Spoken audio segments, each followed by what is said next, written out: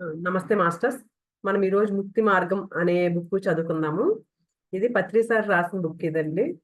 చిన్న బుక్ లో ఎంతో నాలెడ్జ్ పొందుపరిచారు ఇందులో. మనం దాని గురించి ఈరోజు నేర్చుకుందాము. ముక్తి మార్గం ఈ రెండు పదాల్లోనే ఆధ్యాత్మికత అంతా ఉంది. మరి మొదటి పదం ముక్తి అనే పదం, అంటే మానవ జన్మకి కావాల్సిన ముక్తి అనుకుంటాం కదా మనం అస్తమానం. ఆ ముక్తి అంటే ఏంటి అనేది పత్రి సార్ చెప్తున్నారు మనకి. రెండవది మార్గం అనే పదం. ఇందులో రెండు పదాలు, ముక్తి ఒకటి, మార్గం ఒకటి. మార్గం అంటే అందరికీ తెలుసు, అంటే మార్గం అంటే ఒక దారి అని అందరికీ తెలుసు కదండి. కానీ ముక్తి అంటేనే ఏమిటో ఎవరికీ తెలియదు. ఎందుకంటే మనం ముక్తి కావాలి ముక్తి కావాలి అనుకుంటూ ఉంటాం, కానీ అసలు ముక్తి అంటే ఏంటో మనకి ఎవరికీ సరిగ్గా తెలియదు. మొట్టమొదటగా ముక్తి అంటే ఏమిటో తెలుసుకుందాం. తర్వాత అది సాధించడానికి మార్గం గురించి తెలుసుకుందాం. ఆ ముక్తిని సాధించడానికి మార్గం ఏంటి అనేది తర్వాత చెప్తాను అంటున్నారు. అప్పుడు ఆ మార్గంలో పయనిస్తే మనం ముక్తి పొందుతాము. ఏ మార్గం అయితే ముక్తి పొందాలో మనం ఆ మార్గాన్ని అదేంటో తెలుసుకుంటే మనం ముక్తి పొందగలుగుతాము.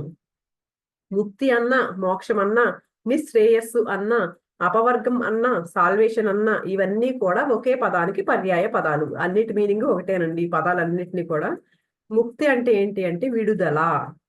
దేని నుంచి విడుదల? ముక్తి అంటే విడుదల అంటే దేని నుంచి అంటే దుఃఖం నుంచి విడుదల. మనిషి ఎల్లప్పుడూ ఆనందంగా జీవించాలి. అంటే మనిషి యొక్క శరీరం ఎల్లప్పుడూ ఆరోగ్యకరంగా తేజోవంతంగా ఉండాలి. అదేవిధంగా మనిషి యొక్క మనస్సు ఎప్పుడూ హాయిగా ఆనందంగా ఉండాలి. ఇంకా ముందుకు పోతే మనిషి యొక్క బుద్ధి ఎప్పుడు సునిశ్చితంగా సదా సత్యాన్ని చూపించేదిగా ఉండాలి. అంటే ముక్తి అంటే ఏంటంటే మనం దుఃఖం లేకపోవడమే ముక్తి అంటే.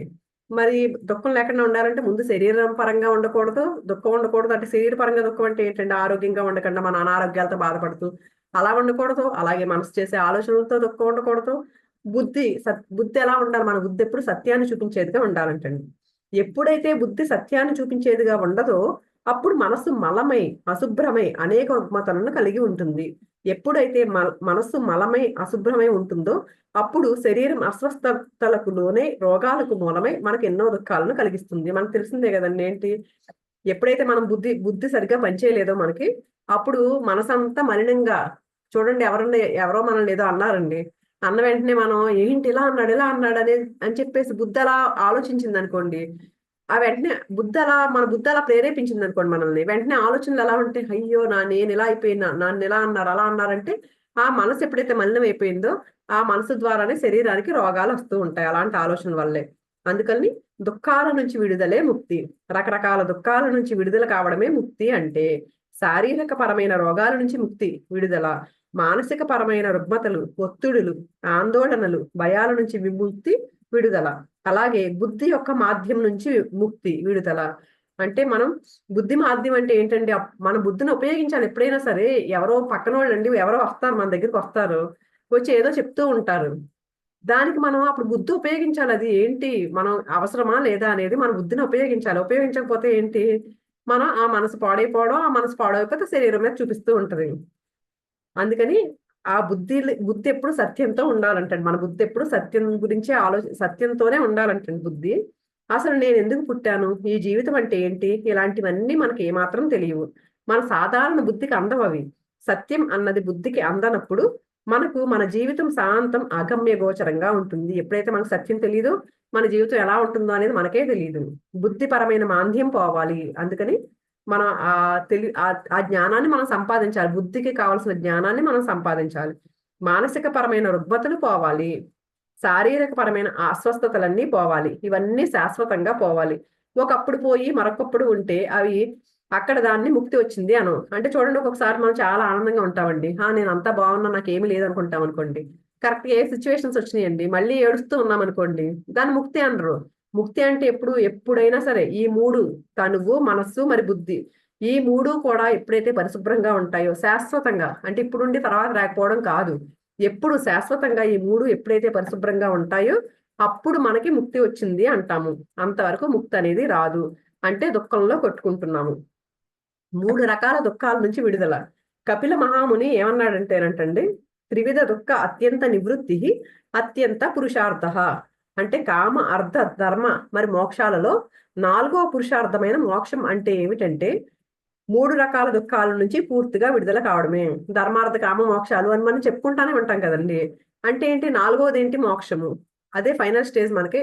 అంటే అదేంటి ఏంటంటే ఈ అన్ని రకాల దుఃఖాల నుంచి పూర్తిగా విడుదల అవ్వడమే. దీనినే శ్రీకృష్ణుడు భగవద్గీతలో ఏమన్నారంటే, తమో గుణం నుంచి ముక్తిని పొందు, రజోగుణం నుంచి కూడా ముక్తిని పొందు, సాత్విక గుణం నుంచి కూడా ముక్తిని పొందు, అన్ని గుణాల నుంచి ముక్తిని పొంది నిర్గుణుడివి కా. అంటే ఏ గుణాలు లేకుండా గుణాతీతుడివి కా అని. త్రైగుణ్య విషయ వేద నిస్త్రైగుణ్యో భవార్జున.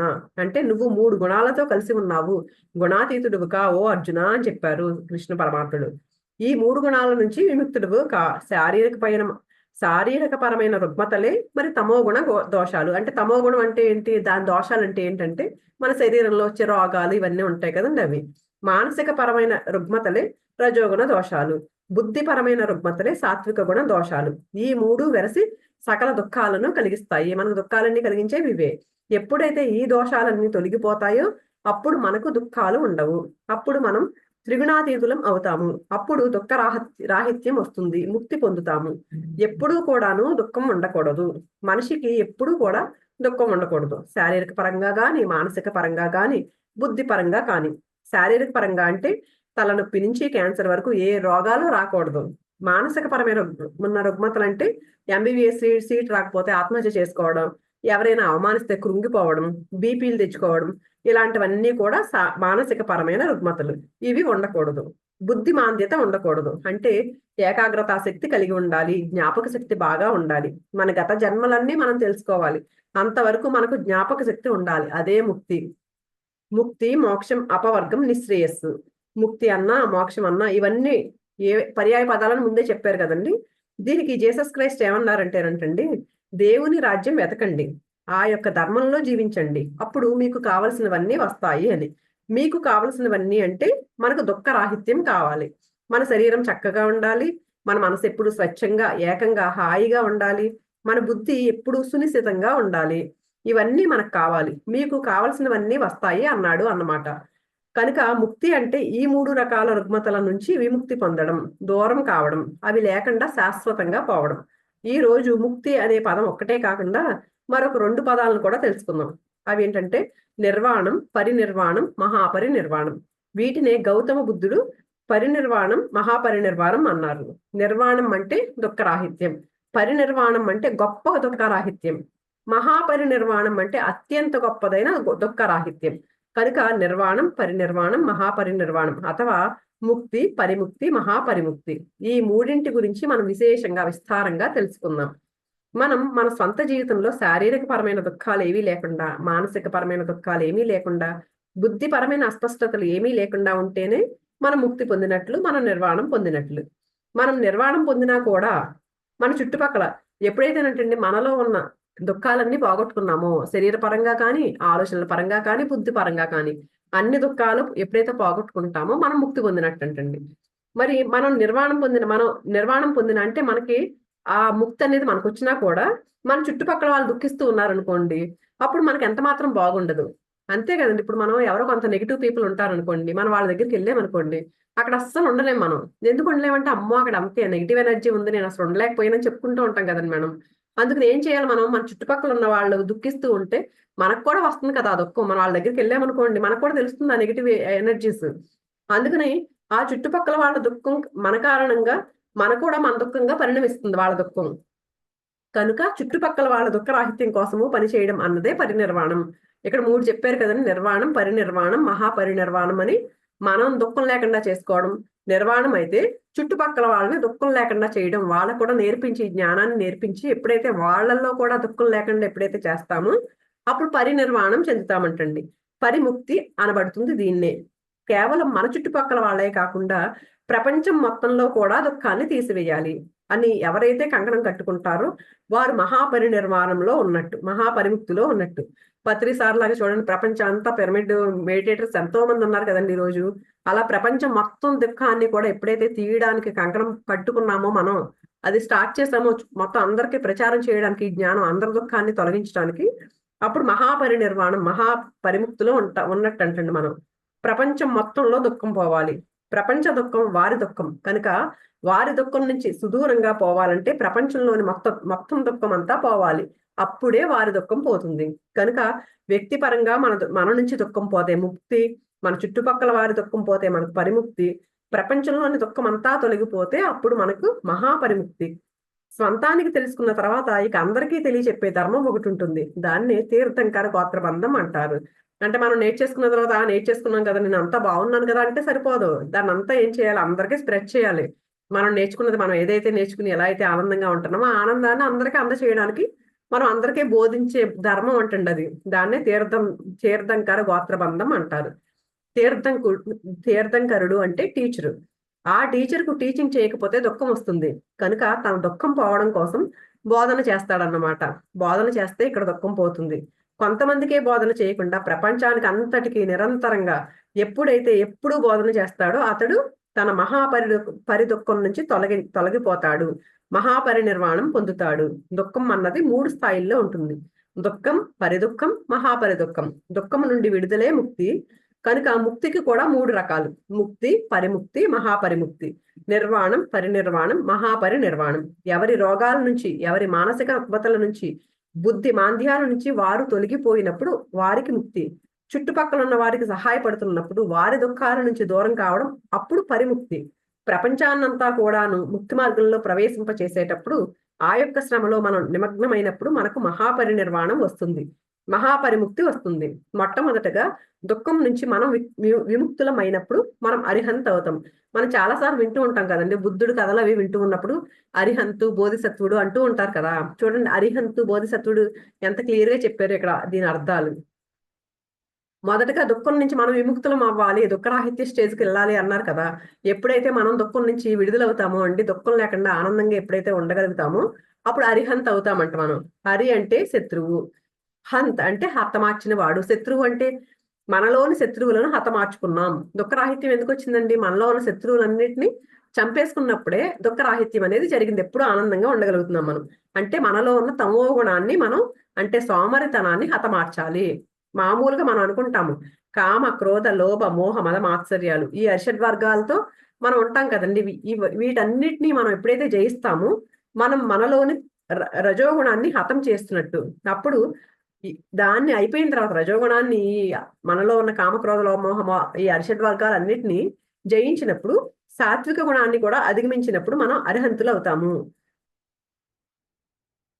అయితే మనం ఏది సాధించామో, దేని నుంచి ముక్తి పొందామో దానినే మన చుట్టుపక్కల వాళ్ళందరిలో కొంతమందికైనా ఇవ్వడానికి ప్రయత్నిస్తుంటే మనకు పరినిర్వాణం. ముందు మనం సాధించేసాం కదా, దుఃఖరాహిత్యం సాధించాం, అరిహంత్ అయ్యాము. అప్పుడు తర్వాత చుట్టుపక్కల వాళ్ళందరికీ కూడా ఎప్పుడైతే నేర్పిస్తామో, ఎప్పుడైతే ప్రయత్నిస్తామో పరినిర్వాణం. సర్వ ప్రపంచానికి బాధ్యత వహించినప్పుడు మహాపరినిర్వాణం. మనిషి మహాపరినిర్వాణం పొందే వరకు జన్మలెత్తుతూనే ఉంటాడు. అంటే మనం నేర్చేసుకుని మనం ఆనందంలో ఉన్న అప్పుడు జన్మరాహిత్యం రాదంటండి. మనం మళ్ళీ దాని పక్కన వాళ్ళకి బోధించి వాళ్ళలో కూడా దుఃఖరాహిత్యం కలిగి మొత్తం ప్రపంచానికి అంతా ఎప్పుడైతే బోధిస్తామో అప్పుడు మనకి అప్పటి వరకు జన్మలు ఎత్తుతూనే ఉంటామంటండి. మనం నేర్చుకున్న జ్ఞానాన్ని నేర్చేసుకుని వెళ్ళిపోతే కాదంటండి. దాన్ని ఇక్కడ ఎవరో ఒకళ్ళని ఇక్కడ తయారు చేయాలి మనలాంటి. మనం ఏదైతే నేర్చుకున్నామో ఆ జ్ఞానాన్ని అంతటిని వేరే వాళ్ళు ఎవరో ఒకరికి మనం ఎప్పుడైతే అందించేస్తామో అప్పుడు మన పని అయిపోతుందంటండి. అప్పుడు ఇంక జన్మ తీసుకునే అవసరం ఉండదు ఇంకా. అందుకనే మనం ఏదైతే నేర్చుకున్నది అంతా స్ప్రెడ్ చేయాలండి వీలైనంత వరకు మన చుట్టుపక్కల ఉన్న వాళ్ళందరికీ. మహాపరినిర్వాణం పొందినప్పుడే జన్మరాహిత్యం వస్తుంది. ముక్తి పొందినవాడు అరిహంత్, పరిముక్తి పొందినవాడు బోధిసత్వుడు, మహాపరినిర్వాణం పొందినవాడు బుద్ధుడు. అరిహంత్, బోధిసత్వుడు, బుద్ధుడు. అరిహంత్ అంటే తనలోని శత్రువులను చంపుకున్నవాడు, తాను స్వయంగా గుణాతీతుడైనవాడు. బోధిసత్వుడు అంటే కొంతమందికి ఆ మార్గంలో ప్రబోధం చేసేవాడు, తన చుట్టుపక్కల ఉన్న కొంతమందికి చక్కగా ముక్తి మార్గం గురించి చెప్పి సాధన చేయించేవాడు. ప్రపంచాన్నంతటినీ దృష్టిలో పెట్టుకుని ప్రపంచాన్నంతటికీ గురువుగా ఈ ప్రపంచాన్నంతటికీ మార్గదర్శనం చేయిస్తూ ప్రతి నిమిషం అందరి కోసం మరి పాటుపడేవాడు, అందరి దుఃఖరాహిత్యాన్ని కోరుకునేవాడు బుద్ధుడు. మహాపరిముక్త స్థితి, పిరమిడ్ స్పిరిచువల్ సొసైటీ మాస్టర్లు అందరూ కూడా బుద్ధుళ్ళు. అంటే వారు కేవలం తాము సొంతంగా దుఃఖరాహిత్యం పొందాలని కోరుకున్న వాళ్ళు మాత్రమే కాదు, సర్వుల దుఃఖరాహిత్యం కోసం పాటుపడేవారు. నిజంగానే ఈ రోజు ఎంతో మంది మాస్టర్స్ కదండి, ఎంత జ్ఞానాన్ని అందిస్తున్నారండి, ఎంతమంది మాస్టర్స్ తయారైపోయారు. ఎక్కడ చూడండి యూట్యూబ్ లో ఇదివరకు అండి, నేను ధ్యానంకి వచ్చిన కొత్తలో ఒక క్లాస్ వినాలంటే ఎంతో కష్టంగా అనిపించేదండి. ఎందుకంటే అప్పట్లో యూట్యూబ్ లో నాకు తెలిసి ఒక క్లాస్ కూడా లేదండి నాకు తెలిసినంత వరకు. కానీ ఇప్పుడు యూట్యూబ్ ఓపెన్ చేసామంటేనండి ఎన్ని క్లాసులు ఉన్నాయి, ఏది కావాలన్నా మనకి ఎలాంటి మెటీరియల్ కావాలన్నా రెడీగా ఉంటుందండి ఆ జ్ఞానం. పిరమిడ్ మాస్టర్స్ నిజంగా పత్రి సార్ ఇంతమంది శిష్యులను తయారు చేసుకున్నారండి. ఆయన సాధనే ముక్తి మార్గం. ధ్యాన సాధన వల్లే నిర్వాణం వస్తుంది. ధ్యాన సాధన మాత్రమే కాకుండా మరి స్వాధ్యాయ సాధన అని కూడా ఉంది. ఎన్నో పుస్తకాలు చదవాలి మరి. ఆ ఆత్మజ్ఞాన శాస్త్రంలో, ఆధ్యాత్మిక శాస్త్రంలో ఎన్నో పుస్తకాలు, గ్రంథాలు, ఎంతో మంది విజ్ఞానుల, శాస్త్రజ్ఞుల, ఆధ్యాత్మిక శాస్త్రజ్ఞుల ద్వారా రచింపబడ్డాయి. వేదవ్యాసుడు, వాల్మీకి, ఓషో, లోప్సాంగ్ రాంప, అనిబిసెంట్, ఇలాగే ఎంతో మంది, యోగానంద పరమహంస, స్వామి రామ, వీరందరూ కూడా ఆధ్యాత్మిక శాస్త్రజ్ఞులు. వారి పుస్తకాలు చదవడం అన్నదే జ్ఞాన సాధన. అలాగే మూడవది, పిరమిడ్ మాస్టర్లు అందరూ కూడా ఎంతో గొప్ప జ్ఞాన సాధన చేసిన వారు. వారి వారి జ్ఞాన అనుభవాలు వింటే సజ్జన సాంగత్యం చేయడం, ఇది సజ్జన సాంగత్య సాధన అంటారు. చాలా సార్లు పత్రిజీ ఏం చెప్పేవారంటే పక్కన వాళ్ళ అనుభవాలు వినాలి. ఎంత ఓపికగా వినేవారు అనండి ఆయన. ఎందుకంటే ఆ అనుభవం మనకు కూడా అనుభవం, అంటే ప్రతి అనుభవం మనకే రావాలని కాదు, వాళ్ళ అనుభవం ద్వారా మనం కూడా నేర్చుకుంటాం. అందుకని ప్రతి ఒక్కళ్ళ అనుభవాలు, వాళ్ళకి ఏదైతే వచ్చిందో చెప్తున్నారులే అనుకోకుండా చక్కగా ఇంట్రెస్ట్ గా వాళ్ళు ఎప్పుడైతే వింటామో అండి, మనం కూడా అనుభవాన్ని పొందినట్టే. 3 రకాల సాధనలు: ధ్యాన సాధన, స్వాధ్యాయ సాధన, సజ్జన సాంగత్య సాధన. ఈ 3 రకాల సాధనలే ముక్తికి మార్గాలు. ధ్యానం చేయాలి. స్వాధ్యాయం అంటే పుస్తకాలు చదవడం మాత్రమే కాకుండా మనల్ని మనం పరిశీలించుకుంటూ ఉండాలి ప్రతిరోజు. ఏంటి నేను ఎలా ఉన్నాను అని మనల్ని మనం పరీక్షించుకుంటూ సజ్జన సాంగత్యం, ఖచ్చితంగా ప్రతిరోజు సజ్జన సాంగత్యం కూడా చేయాలి మనం. ఈ 3 సాధనలు చేపట్టినప్పుడు మనం ఎలా మాట్లాడాలి, ఎలా తినాలి, ఎంతవరకు నిద్రపోవాలి, ఎంతవరకు నిద్రపోకూడదు, ఎలా ఆలోచించకూడదు, ఎలా ఆలోచించాలి, ఎలాంటి బట్టలు వేసుకోవాలి, ఎలాంటి బట్టలు వేసుకోకూడదు, కుటుంబంలో ఎలా జీవించాలి, కుటుంబంలో ఎలా జీవించకూడదు, ఇలాంటి అనేక విషయాల్లో సహజంగానే పట్టు వస్తుంది. సహజంగానే అన్ని విషయాలు తెలుస్తాయి. అప్పుడు అన్ని విషయాల పట్ల సత్యం, ధర్మం ఏం చెప్తామో ఆ ప్రకారంగానే నడుచుకుంటాం. సహజంగానే ముక్తి స్థితి వచ్చేస్తుంది. ముక్తి సాధనలు చేపట్టాలి. ఏ సాధనలు అంటే మళ్ళీ ఇవే: ధ్యాన సాధన, స్వాధ్యాయం, సజ్జన సాంగత్య సాధన. సాధనా మార్గమే ముక్తికి మార్గం. ఎప్పుడైతే సాధన చేస్తామో అప్పుడు మాత్రమే ముక్తి వస్తుంది. సాధన చేస్తేనే ముక్తి వస్తుంది. సాధనే ముక్తికి మార్గం. ఈ 3 రకాల సాధనల వల్లనే మన శరీర రుగ్మతలు మొత్తంగా లేకుండా పోతాయి. ఎప్పుడైతే ధ్యానం చేస్తూ, స్వాధ్యాయం చేస్తూ, సజ్జన సాంగత్యం చేస్తామో అండి, ఈ మనలో రుగ్మతలు పోతాయి అంటారు. ఏంటి? తలనొప్పి దగ్గర నుండి క్యాన్సర్ వరకు ఏ రోగాలు రావు. అన్ని రోగాల నుండి విముక్తి పొందుతాం మనం. ఎప్పటికీ ఇక రోగాలు రావు. రోగాలకు కారణం అపరిశుభ్రమైన నాడీ మండల వ్యవస్థే. నాడీ మండల వ్యవస్థ అంటే మనకు గత జన్మల నుంచి వచ్చింది. పూర్వజన్మ కృతం పాపం వ్యాధి రూపేణ పీడ్యతే. ఆ సకల పాపాలు మరి ప్రక్షాళనం అయిపోతాయి ధ్యానంలో. అప్పుడు శరీర రుగ్మతలు ఏమీ ఉండవు. ఎప్పుడైతే ధ్యానం చేశామో ఆ ఎనర్జీ ఎప్పుడైతే తీసుకుంటామోనండి, ఈ నాడీ మండలం అంతా శుద్ధైపోతుంది కదా, ఇంకా శరీరంలో రుగ్మతలు ఏమీ ఉండవు. మానసిక రుగ్మతలు అసలు ఉండవు. మనం మానవ అయినా అంటే ఎప్పుడైతే జ్ఞానం తీసుకుంటామో అండి, సజ్జన సాంగత్యం, స్వాధ్యాయం ఎందుకు చేయాలి? ఆ జ్ఞానం తీసుకుంటున్నాం కాబట్టి. ఆ జ్ఞానం తీసుకునేటప్పుడు ఈ ఆలోచనలు మన సరైన ఆలోచనలే చేయాలి, సరికాని ఆలోచన చేయకూడదు, ఇలాంటివన్నీ నేర్చుకుంటాం కదండి. నేర్చుకుంటున్నప్పుడు మనం ఎవరైనా తిట్టినా కూడా మానమైన అవమానమైన సమానంగానే తీసుకోగలుగుతాం. ఆ స్టేజ్కి చేరుకుంటాం మనం. అదే మానసిక రుగ్మతల నుండి బయటపడడం అంటే అదే. ఇక బుద్ధి సంగతి అంటామా? మన గత జన్మలన్నీ తెలుసుకుంటాం కనుక బుద్ధి చక్కగా పనిచేస్తుంది. ఒక జన్మ గురించి ఆలోచించడమే బుద్ధి లేనితనం. అనేక జన్మ పరంపరల పరిధిలో ఆలోచించడమే, ఆ విధంగా సత్యాన్ని తెలుసుకోవడమే జ్ఞానం అంటాం. బుద్ధి కలిగి ఉండడం అంటాం. అంటే చూడండి, ఈ జన్మ ఇదే శాశ్వతం అన్నట్టు, ఈ జన్మ ఒక్కటే ఉంది అన్నట్టు ఆలోచించడమే అన్నట్టు బుద్ధి లేనితనం అంటే. అంటే రకరకాల జన్మలు ఉన్నాయి, నేను ఆత్మను మాత్రమే, శరీరాన్ని కాదు, నేను ఆత్మ పదార్థాన్ని అని ఎప్పుడైతే తెలుసుకుంటామో, జ్ఞానాన్ని ఎప్పుడైతే తెలుసుకుంటామో అప్పుడు బుద్ధి కలిగి ఉండడం అంటారంట దాన్ని. సజ్జన సాంగత్యం చేయడం ద్వారా ఏం తెలుస్తుందంటే, మనమే కాదు ఎంతో మంది మనకన్నా గొప్పవాళ్ళు ఉన్నారు అని. అప్పుడు ఎప్పుడు వినమ్రతతో ఉంటాము. అదే మరి ముక్తి అంటే. లేకపోతే గర్వం వచ్చేస్తుంది, అంతే కదా. నిజంగా సజ్జన సాంగత్యం వేరే వాళ్ళు ఎవరు వినలేదనుకోండి మనం, అప్పుడు ఏమవుతుంది? అమ్మ నాకు అన్నీ తెలుసు అని ఒక గర్వం వచ్చేస్తుంది. కానీ ఎప్పుడైతే అందరూ వింటూ ఉంటామోనండి, అబ్బాయి ఎంత గొప్పగా చెప్తున్నారు వీళ్ళు, ఎంత నాలెడ్జ్ ఉంది, ఇంకా నేను నేర్చుకోవాల్సింది ఎంత ఉంది అనుకున్నప్పుడు వినయంతో ఉంటాం. అప్పుడు గర్వం రాదు మన దగ్గరికి. అందుకు అందరివి వింటూ ఉండాలి. ఎవరో ఒకళ్ళ దగ్గర ఆగిపోకుండా ప్రతి ఒక్కళ్ళ దగ్గర నుంచి నాలెడ్జ్ తీసుకోవాలండి. మనకంటే చిన్నవాళ్ళు అంటే మనకంటే లేటుగా మొదలుపెట్టిన ధ్యాన సాధనవి మొదలుపెట్టిన వాళ్ళలో కూడా గత జన్మల్లో నేర్చుకున్న సంస్కారాలు బట్టి కూడా ఎంతో సీనియర్స్ ఉంటారు. వాళ్ళ ఆత్మ పురోగతి చాలా ఎక్కువగా ఉంటుందండి. అలాంటి వాళ్ళ దగ్గర నుంచి కూడా మనం ఎప్పుడైతే నేర్చుకుంటూ ఉంటామోనండి, అప్పుడు వినయంతో ఉండగలుగుతాం మనం.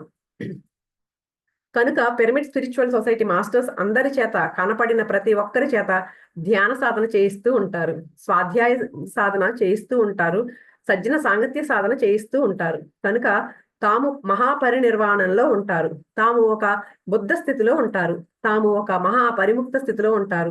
ఎవరైతే మహాపరిముక్త స్థితిలో ఉంటారో వాళ్ళు మళ్ళీ జన్మించరు, మళ్ళీ పుట్టాల్సిన అవసరం ఉండదు. మానవ జన్మకు కావాల్సింది అదే కదండి. బోధిసత్వుడిగా చనిపోయినా మళ్ళీ మళ్ళీ పుట్టవలసి వస్తుంది. బోధిసత్వుడు అంటే ఎవరు?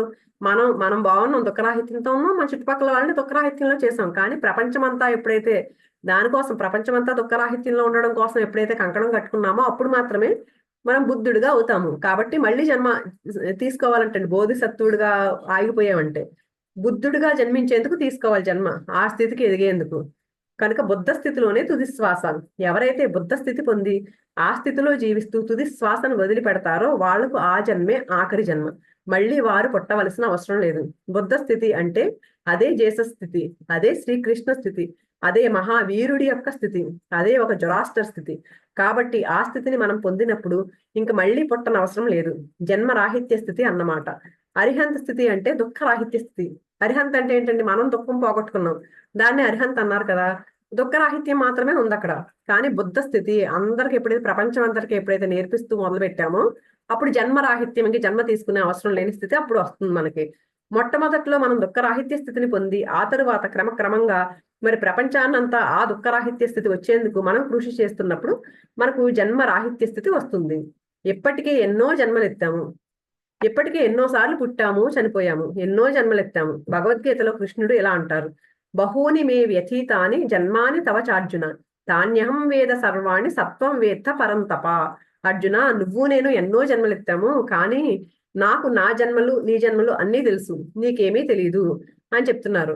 అంటే కనుక జన్మ పరంపరా జ్ఞానమే ముక్తి. నేను దేహం కాదు అని, ఆత్మని అని తెలుసుకోవడమే ముక్తి. దుఃఖ రాహిత్యం కలిగి ఉండడమే ముక్తి. నా వాస్తవానికి నేను సృష్టికర్తను, పరుల వాస్తవానికి పరులే సృష్టికర్తలు అనే కర్మ సిద్ధాంతం గురించి అనుభవపూర్వకంగా సంపూర్ణంగా తెలుసుకుని ఉండడమే ముక్త స్థితి. అంటే నా వాస్తవానికి నేను సృష్టికర్తను అనుకున్నప్పుడు పరుల పక్కన వాళ్ళ వాస్తవానికి వాళ్లే కదండి సృష్టికర్తలు. ఎప్పుడైతే దీని గురించి తెలుసుకుంటామో అదే మనకి ముక్త స్థితి అనేది. ఈ ముక్త స్థితి ప్రార్థన ద్వారా రాదు, భజనల ద్వారా రాదు, తీర్థయాత్రల ద్వారా రాదు, గురువు పాదాలకు సేవ చేయడం ద్వారా రాదు, మంత్రోచ్చారణ ద్వారా కూడా రాదు. ముక్త స్థితి అనేది ఆత్మానుభవం ద్వారా పొందాలి.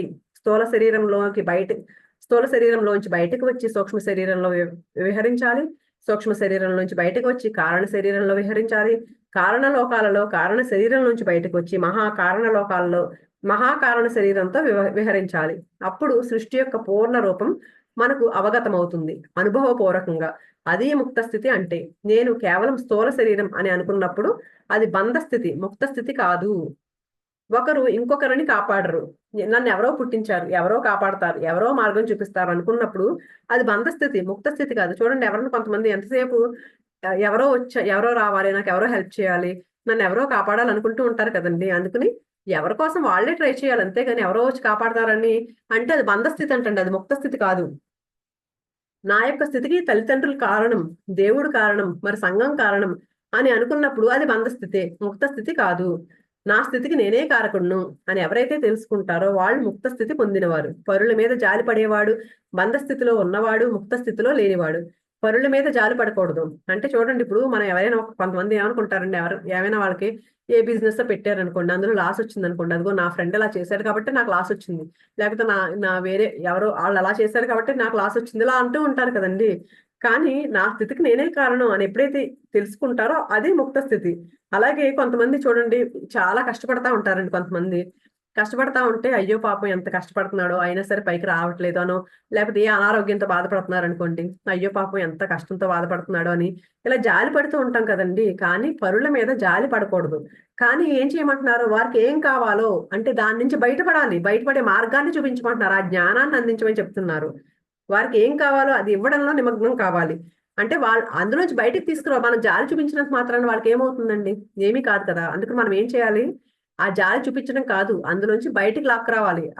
ఏ కష్టం అయితే పడుతున్నారో ఈ జ్ఞానాన్ని ఎప్పుడైతే అందిస్తామో వాళ్ళు ఆ కష్టం నుంచి బయటకు వచ్చేస్తారు. దాన్ని మనం చెయ్యాలి.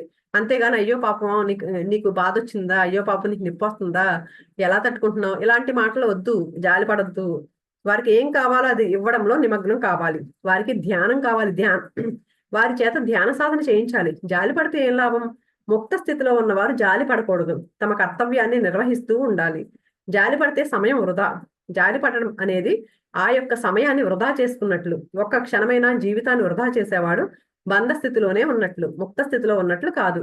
ఎవరైతే ముక్త స్థితిలో ఉంటారో వాళ్ళు జాలి పడడం ద్వారా ఎప్పుడూ సమయాన్ని వృధా చేయరు, ఎప్పుడూ కష్టపడుతూ ఉంటారు, లేకపోతే విశ్రాంతి తీసుకుంటారు, లేకపోతే హాయిగా ఆనందంగా జీవిస్తూ ఉంటారు. అంతేగాని దుఃఖిస్తూ ఉండరు, జాలి పడుతూ ఉండరు. జాలి లేకపోవడం అన్నదే కార్లోస్ కాస్టెనడా రూత్లెస్నెస్ అన్నాడు. నో పిటీ స్టేట్ అన్నమాట. అవతల వారి మీద జాలి పడే బదులు ఆ సమయంలో కళ్ళు మూసుకోవోయ్, శ్వాస మీద ధ్యాస పెట్టవోయ్, నీ చిత్తాన్ని నివృత్తి చేసుకోవోయ్, ఊరికే ఎందుకు ఆలోచిస్తున్నావు, ఈ పుస్తకం తీసుకో, ఇది చదువు, అక్కడికి వెళ్ళి పిరమిడ్ లో కూర్చో, బాగా నీకు పిరమిడ్ శక్తి వస్తుంది అని వాళ్ళ చేత సరైన సాధన చేయించాలి. అంతేకాని అయ్యో నీకు ఇలా అయిందా, అలా అయిందా, అలా కాకూడదే అని ఇలాంటి మాటలు మాట్లాడేవాడు ముక్త స్థితిలో బొత్తిగా లేనట్లు. నోటిలోని మాటే నుదుటి మీద వ్రాత. నోట్లోంచి ఒక్క వాక్యమైన అపరిపక్వంగా వచ్చినప్పుడు వాడికి ముక్త స్థితి లేదన్నమాట. అందుకని నోట్లో వచ్చే మాట చాలా ఇంపార్టెంట్. మనలో ఎప్పుడైతే నోట్లోంచి బయటకు ఒక మాట దాన్ని ఎప్పుడు లోపలికి తీసుకోలేం, మళ్ళీ దాన్ని తిరిగి తీసుకోలేం మనం. ఒకసారి నోటి నుంచి వచ్చిన మాట విల్లు నుంచి వచ్చిన బాణం లాంటిదని చెప్తారు కదండి. చాలా జాగ్రత్తగా మాట్లాడాలి మనం. అందుకు జీసస్ క్రైస్ట్ అన్నారు, what goes in to the mouth that doesn't defile the person, what comes out of the mouth that defile the person. అంటే నోట్లోకి ఏది పోతుందో, ఆలుగడ్డ పోతుందో, వంకాయ పోతుందో అది కాదు నాయన, నోట్లోంచి ఏది బయటకు వస్తుందో దాని గురించి జాగ్రత్తగా ఉండు అని. అది నిన్ను బంధ పరిస్థితిలో ఉంచవచ్చు లేదా ముక్త పరిస్థితుల్లో ఉంచవచ్చు అన్నాడు. కనుక మన నోట్లోంచి ఎప్పుడూ కూడాను పనికిరాని మాటలు, అశాస్త్రీయమైన మాటలు, అసంగతమైన మాటలు, అసందర్భమైన మాటలు, నెగిటివ్ మాటలు, పనికిరాని జాలి మాటలు ఇవన్నీ ఎట్టి పరిస్థితుల్లోనూ రాకూడదు. చక్కగా ఎప్పుడు అందరికీ పనికి వచ్చే మాటలే, శాస్త్రీయమైన మాటలే, సైంటిఫిక్ మాటలే, పాజిటివ్ మాటలే ఎప్పుడు రావాలి. అప్పుడే మనం ముక్త స్థితిలో ఉన్నట్టు. అలాగే ఇంకెవరైనా పనికిరాని మాటలు మాట్లాడుతున్నప్పుడు వాళ్ళని ఎదిరించాలి.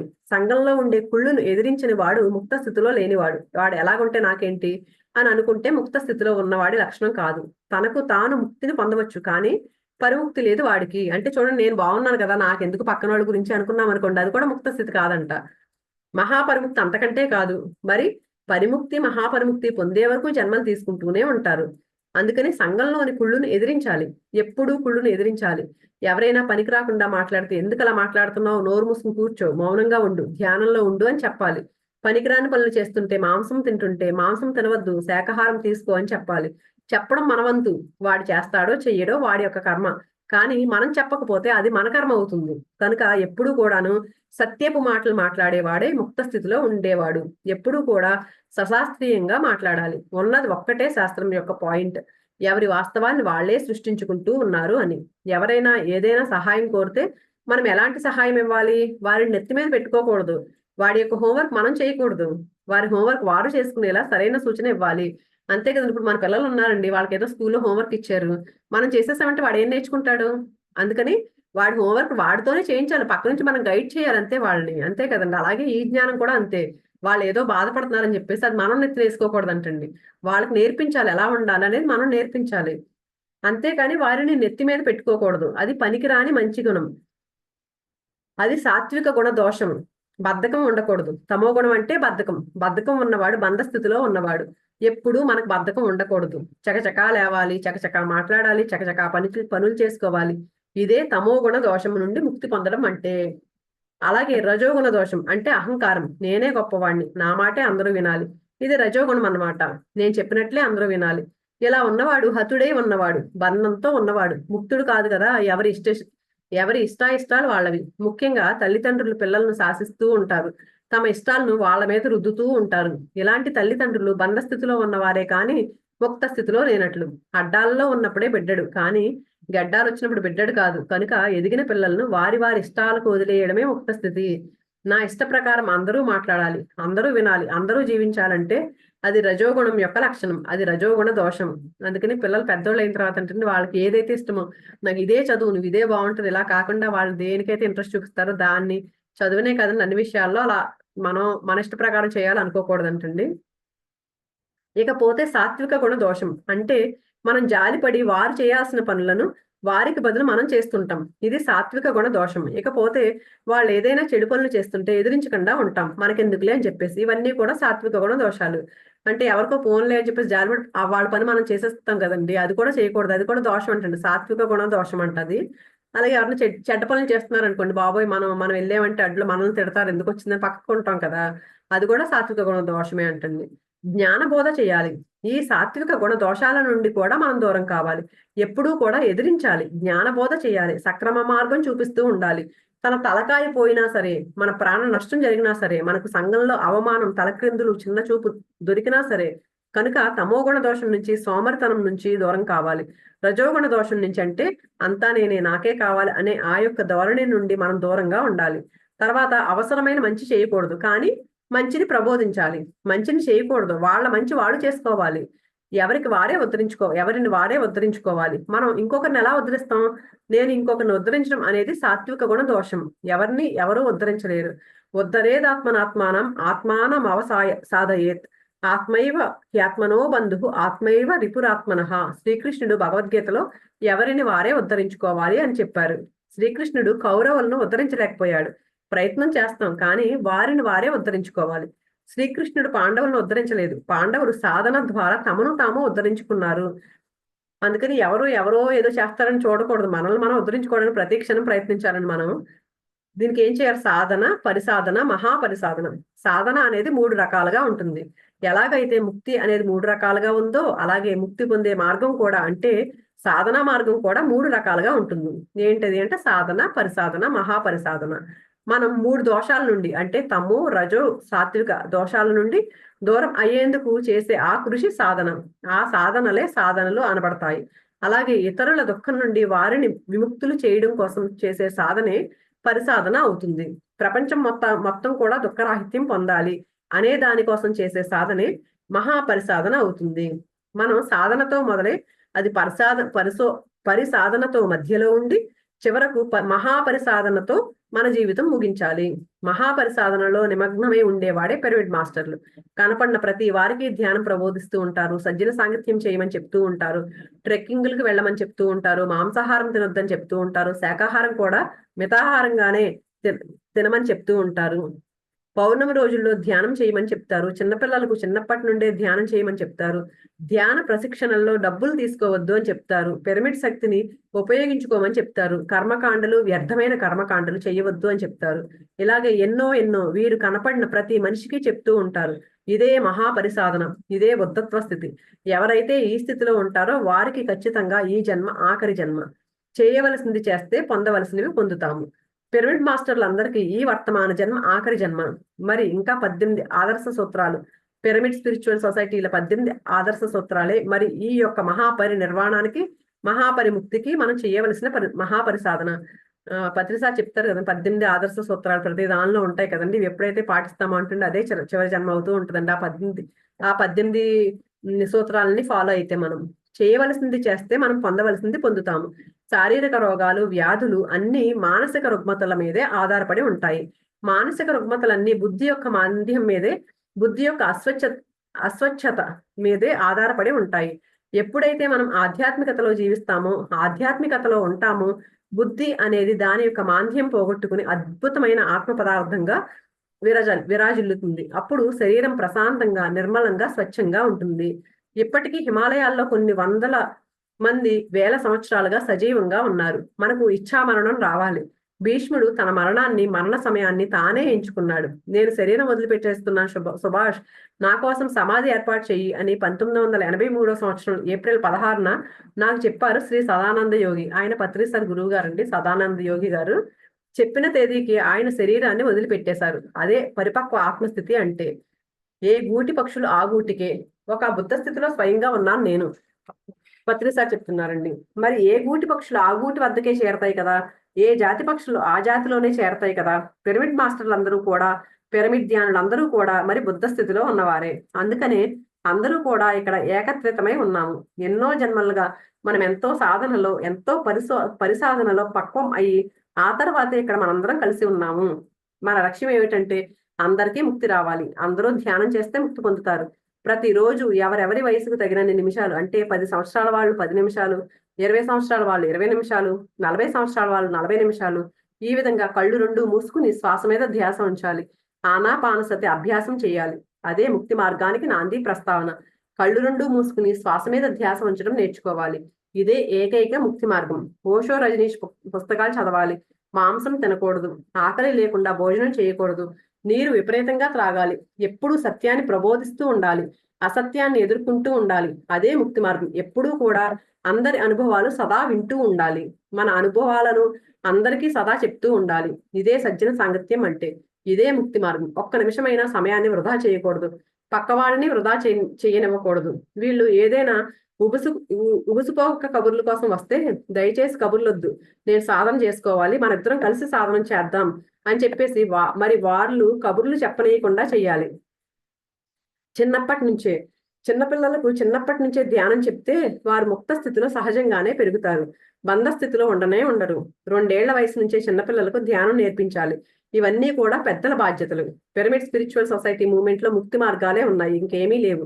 ఇంకేమీ మాట్లాడడం. మనం ప్రకృతిలో జీవించడమే ముక్తి మార్గం. చక్కగా పౌర్ణమి రోజుల్లో నదీ తీరాలలో, సముద్ర తీరాలలో, కొండలలో, లోయలలో, అడవుల్లో ధ్యానం చేయాలి. ప్రకృతితో సహజీవనమే ముక్తి మార్గం కదా. వర్షం పడుతుంటే చక్కగా వర్షంలో నృత్యం చేయాలి. అంతేగాని వర్షానికి భయపడి ఉంటామా?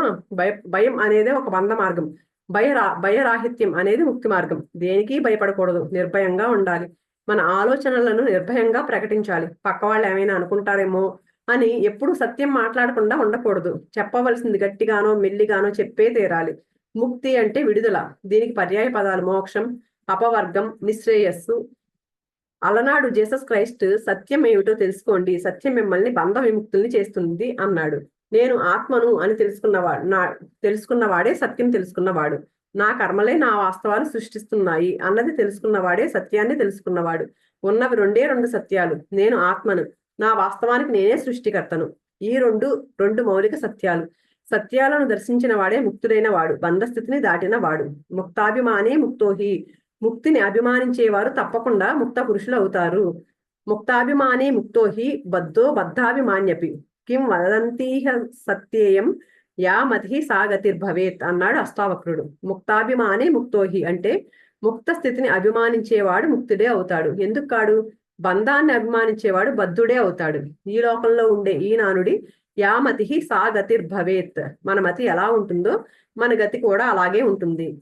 మనకెందుకులే, ముక్తి వచ్చేనా పోయేనా, ఇప్పుడు కాదు ఎప్పుడో ముసలితనంలో చేసుకోవాలంటాం. ముసలితనం వస్తే ఇప్పుడు ఇంకేం చేస్తాం? కాటికి కాలు చాపుకున్నాం. చిన్నప్పుడే చేయాల్సింది, ఇప్పుడేం లాభం? అంతే కదండి. ఇప్పుడు ధ్యానం చేయమన్నాం అనుకోండి, చాలా మంది అంటండి, కొంతమంది చెప్తారు, ఏంటి ఇప్పుడు ధ్యానం చేస్తున్నావా నువ్వు, ఈ ఏజ్ లో ధ్యానం చేయడం ఏంటి, అలా అంటూ ఉంటారు కదండి. అప్పుడు పెద్దోళ్ళు ముసలోళ్ళు చేసుకునేది అది అంటారు. కానీ ముసలోళ్ళు వచ్చిన తర్వాత అండి, ముసలోళ్ళు అయిపోయిన తర్వాత ధ్యానం చేద్దామంటే శరీరం పొరపాటును కూడా సహకరించదు. అప్పుడు బాధపడతారు, అయ్యో అప్పుడు చేయాల్సింది కదా, అప్పుడు చేయకండి ఇప్పుడు చేద్దామంటే కుదరట్లేదని అప్పుడు బాధపడతారు. అందుకని అప్పుడు బాధపడే ప్రయోజనం ఏముంది?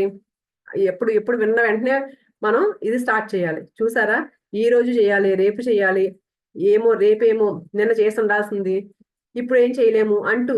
కనుక ఈ విషయాలన్నీ విన్న తక్షణమే సాధన చేపట్టాలి. శుభస్య శీఘ్రం ఆలస్యం అమృతం విషం. చుట్టుపక్కల కొంతమంది అయినా దుఃఖరాహిత్యం పొందాలని కోరుకున్న వాళ్ళు కాదు. ప్రతి పిరమిడ్ మాస్టర్ కూడాను ప్రపంచమంతా కూడా దుఃఖరాహిత్య స్థితిని పొందాలి. ప్రతి పిల్లవాడు, ప్రతి పిల్ల, ప్రతి పాప, ప్రతి వృద్ధుడు, ప్రతి వృద్ధురాలు, ప్రతి స్త్రీ, ప్రతి పురుషుడు, అన్ని రాష్ట్రాల వారు, అన్ని దేశాల వారు అందరూ కూడా దుఃఖరాహిత్య పదవి పొందాలి, అరిహంత పదవిని పొందాలి అన్నదానికి కష్టపడేవారే పిరమిడ్ స్పిరిచువల్ సొసైటీ మాస్టర్లు. ముక్తికి మార్గం సాధన, ధ్యాన సాధన, స్వాధ్యాయ సాధన, సజ్జన సాంగత్య సాధన. మనం ధ్యానం చేయాలి, మన మనసును ఏకీకృతం చేయాలి, నిర్మానుష్యం చేయాలి, నిర్విషయం చేయాలి. మనస్సును నిర్విషయం చేసినప్పుడు అద్భుతమైన దివ్య చక్షు విరాజిల్లుతుంది. దానితో మన సకల జన్మలు చూసుకుంటాం. మనం జన్మలు చూసుకున్నప్పుడే నేను ఈ శరీరం కాదు ఆత్మను అని తెలుస్తుంది. అదే ముక్తిని పొందడం. నేను దేహాన్ని అనే స్థితి నుండి నేను ఆత్మను అనే స్థితికి ఎదగడమే ముక్తిని పొందడం. ఈ మాటలు విన్న వెంటనే సాధనలో ఉపక్రమించాలి. ధ్యాన సాధన, స్వాధ్యాయ సాధన, సజ్జన సాంగత్య సాధన. అప్పుడు అన్ని విషయాలు తెలుస్తాయి. తెలిస్తే వెంటనే మనస్సులోని అజ్ఞానపు వికృత ఆలోచనలు పోతాయి. జీవితంలోని అజ్ఞానపు వికృత చేష్టలు పోతాయి. మనస వాచ కర్మణ అరిహంత స్థితిని పొందుతాము, ముక్తి స్థితి పొందుతాము. మనం అరిహంత్ కాగానే మనం మన చుట్టుపక్కల వాళ్ళను కూడాను అరిహంతులుగా చేయడానికి తప్పకుండా కృషి చేస్తాం. అదే మన బోధిసత్వ స్థితి. చుట్టుపక్కల వాళ్ళందరినీ ధ్యానులుగా చేస్తుండగా ప్రపంచాన్ని అంతటినీ కనపడిన ప్రతి వాళ్ళని వాళ్ళకి ధ్యానం చెప్పే స్థితికి ఎదుగుతాము. అదే బుద్ధ స్థితి, అదే మహాపరిముక్తి మార్గం. ఇదే అండి ముక్తి మార్గం గురించి పత్రిజీ చెప్పింది. చివరికి మనం అందరం కూడా ఈ ముక్తి మార్గంలో సార్ చెప్పినవన్నీ పాటిస్తూ మనం కూడా బుద్ధుళ్ళుగా ఎదుగుదామండి. మన అందరికి ధ్యాన ప్రచారం చుట్టుపక్కల అందరినీ కూడా, మన ప్రపంచంలో ఉన్న అందరినీ కూడా దుఃఖరాహిత్యంలోకి తీసుకొచ్చి మనం కూడా బుద్ధుళ్ళుగా ఎదుగుదామండి. థ్యాంక్ యూ సో మచ్ అండి.